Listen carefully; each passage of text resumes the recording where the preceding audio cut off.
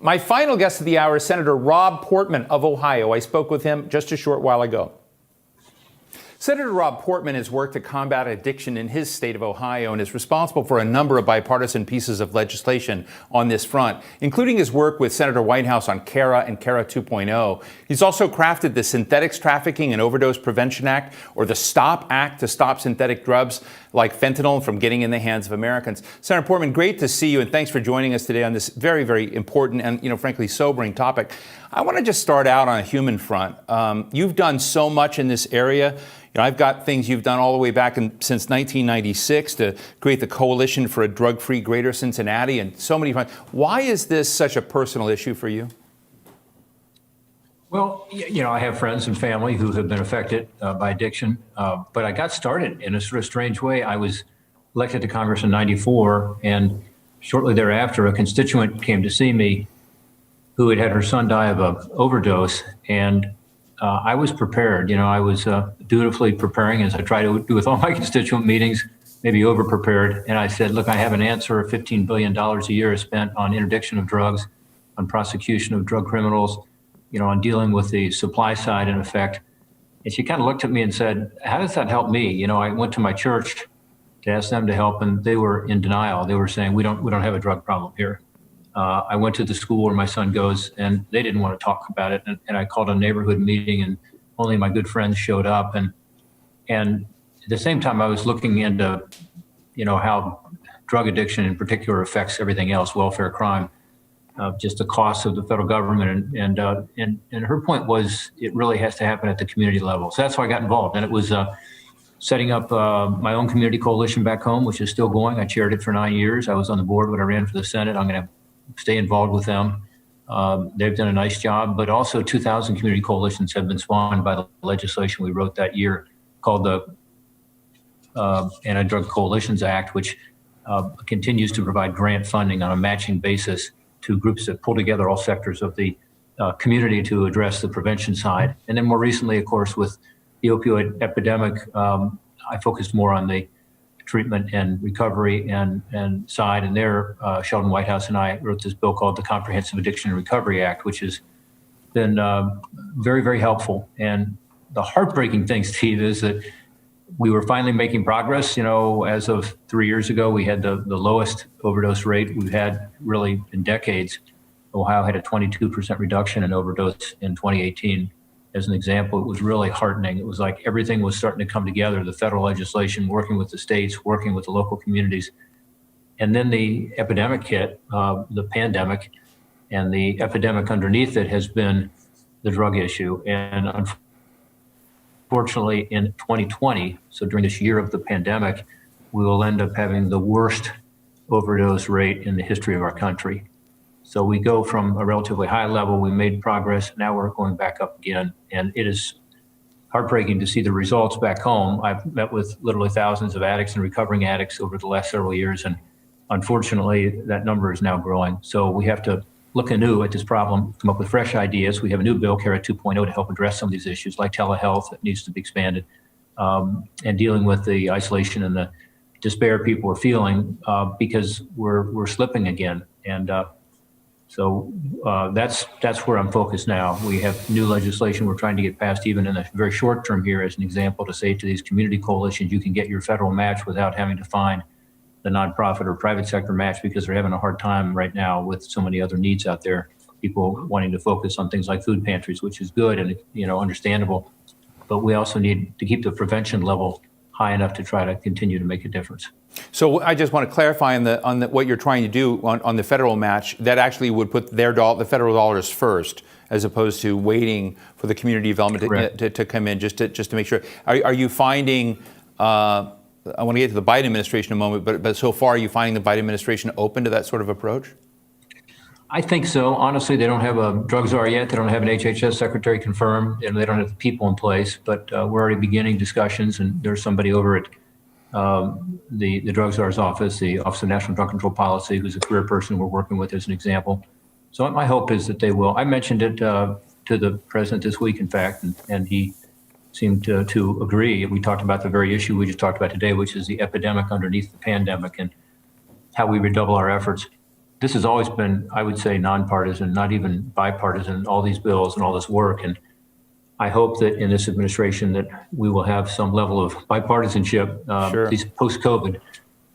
In the COVID bill that the president has proposed, and in the one we just passed, and in the one that we've just proposed, we Republicans, they all have some funds set aside for dealing with this issue, the drug addiction issue broadly. And as you know, Steve, it's not just opioids. In fact, increasingly, it's crystal meth coming from Mexico, Sure. perhaps mixed with fentanyl, which is the synthetic form of opioids that's so powerful and so deadly. So it's cocaine. It's a mix of drugs. Back home, what I'm hearing, and I spoke to a bunch of the drug coalitions this week. In fact, we did a virtual meeting with drug coalitions all around the state.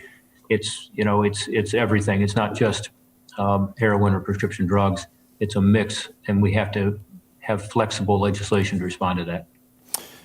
Thank you, This is very powerful. Senator, a few years ago, I interviewed Lena Wen. Lena Wen's now one of the voices on the COVID crisis on CNN all the time, the Washington Post. But when she was the health commissioner for the city of Baltimore, she wrote a standing order. It was sort of an open prescription that essentially took naloxone and made it available as an over-the-counter drug for anyone that needed it so they could get quick access. So one of the issues is access and need and speeding that up. And I know you've been critical of the Biden administration of rolling back those provisions that require essentially another step in the process of prescribing these important opioid response drugs. Can you tell us a little bit about that and your criticism of the Biden team on that front? Well, I support Narcan, which is what most people know about when you say naloxone. It's the Narcan that our police officers Sure. and firefighters and others use and families use to help save family members who overdose.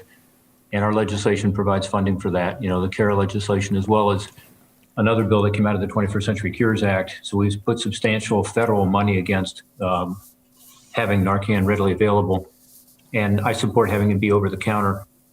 When I go to drugstores, which I've done a number of times, to the Kroger or Walgreens or CVS to make announcements about, their decision to make it over the counter, I thank them for that.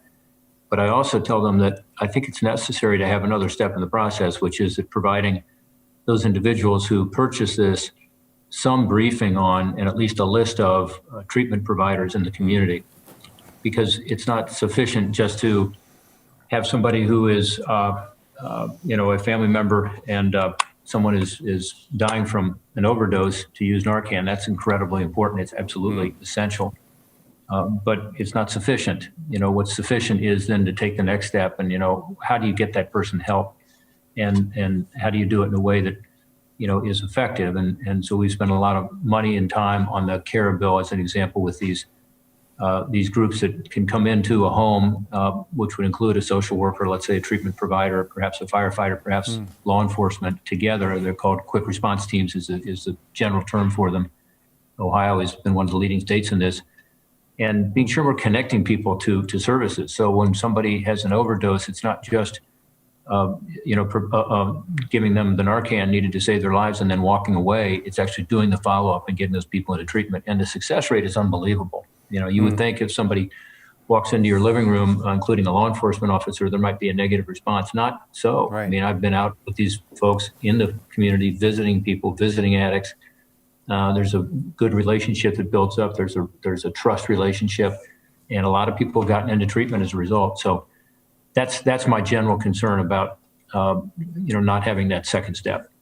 Senator, just finally, I've been through Ohio and Pennsylvania and Western Maryland and the Eastern Shore, and you see communities all over with signs up, clearly struggling with folks that have opioid addiction. But what I think is inspiring is a real effort, at least what I'm seeing, to remove the stigma, to invite people in for support, to talk, so that this isn't the traditional kind of zero-sum game in a lot of the drug war stuff. So I guess I would ask you, are you hopeful that kind of spirit of helping people that are, as you said, desperate in these times that's something you can't legislate, but we need a bit of trust in communities. I'm interested in your insights in that, because we've heard so much today about about this challenge in the nation. But I know that you feel this, and you're doing the legislative front. But there's something about how communities are pulling together that I think is an important part of the story.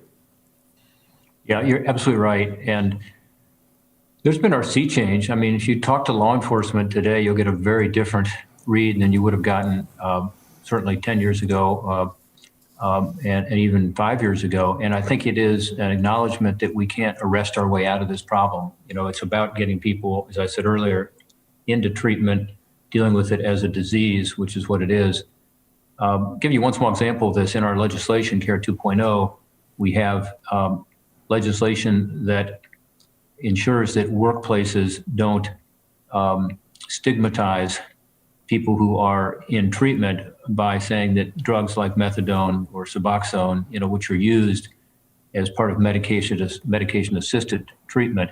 In other words, it's a way to take people from an addiction to heroin or fentanyl or some combination of drugs and have them be on methadone or some other drug for a while under a medication-assisted treatment program.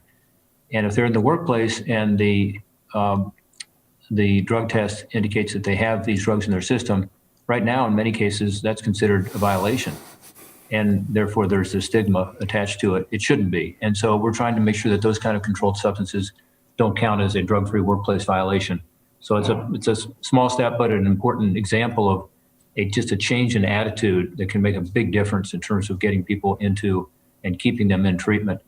But you're right. I think there are communities around this country where there's been just a sea change. I remember being at a fire station in Ohio.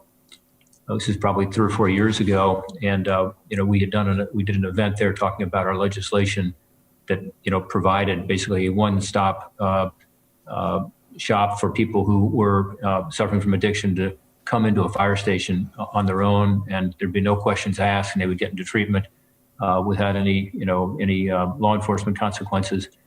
And a lot of the firefighters, were sort of thinking this is new. Normally what we're doing is we're referring people to the law enforcement folks when we find there's an overdose and people are getting arrested and so on.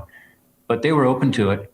And while I'm there, a young man had come, and I was in the firehouse, he was in the offices, and I asked if I could talk to him. And I've stayed in touch with him since. He walked in off the street. He was a part-time construction worker who just could not kick his habit. And he was an opioid addict, and he was ready to face up to it, he said. And sure enough, we got him into a treatment program through these firefighters, working with him, a local treatment program that's in the Columbus area that's very effective, called Mary Haven. And then I stayed in touch with him, and he ended up out in Eastern Ohio at a longer-term recovery center. And at least last I've talked to him, and look, people have relapses. The last I talked to him, he was successfully back on his feet, working full-time, and contributing to society and reconnected with his family. And it can happen. And that's because that community decided, we're going to open the doors here. And you mentioned the signs. The sign there was, if you've got an issue or a family member has an issue, come on into the firehouse and see us. We'd like to talk to you. And his positive experience then is communicated to someone else in the community who's an addict, and or somebody who's a recovering addict who wants to help the next person along. And that's happening all over the country. Well, Senator Rob Portman of Ohio, it's a very powerful story. I think these human stories are so vital and important when we discuss issues like this. I have to also tell you it's a real pleasure to talk to both you and Senator Whitehouse. It's great to see a bipartisan effort on such an important issue. Thanks so much for joining us today. Thanks for your interest in the issue, Steve. It's great that you guys are talking about it, and we'll get out of this COVID-19 crisis at some point. I hope late spring things will be very different there because of the vaccinations. But this is going to be a lingering problem we have to turn our attention to. So it's great you guys are covering it. Thanks for your interest. Thank you, sir. Take care. That brings us to the end of our program today. A big thank you to Indivior and to all of you attendees for joining us for this set of important discussions. If you missed any of our conversations, we're going to have the entire set on our website shortly, and you can watch it all there. I'm Steve Clemons. Be well.